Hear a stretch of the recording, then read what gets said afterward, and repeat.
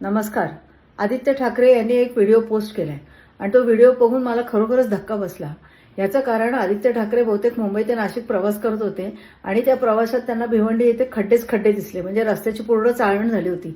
रस्त्यावरनं ज्या गाड्या जात होत्या ना त्या होडीसारख्या अशा चालू होत्या आणि आदित्य ठाकरेंनी धक्कादायक गोष्ट म्हणजे ह्याची पोस्ट केली. म्हणजे आमच्या माहितीप्रमाणे शिवसेनेची मुंबईच्या महापालिकेत जवळजवळ 22 ते 25 वर्ष सत्ता होती आणि ह्या सत्तेच्या काळात मुंबईच्या सगळ्या रस्त्यांची चाळण झाली होती. चाळण म्हणजे अक्षरशः खड्ड्यात रस्ता होता अशी परिस्थिती होती. म्हणजे शिवसेना सत्तेवर असताना ही परिस्थिती होती मुंबईची आणि मुंबईच्या लोकांची हाडं मोडायची वेळ आली होती. आज सुद्धा परिस्थिती तीच आहे. आता कुठे कुठे सिमेंट रस्ते करतायत ते सुद्धा करायला नाही पाहिजेत. तिथे थोडेसे खड्डे कमी झालेत, नाही तर अत्यंत वाईट परिस्थिती आहे.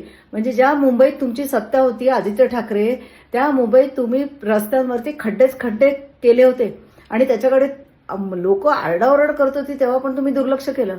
आणि आता तुम्ही भिवंडीच्या खड्ड्यांवर एक दिवस गेलात तर तुम्ही आता व्हिडिओ टाकता. कमाल आहे तुमची.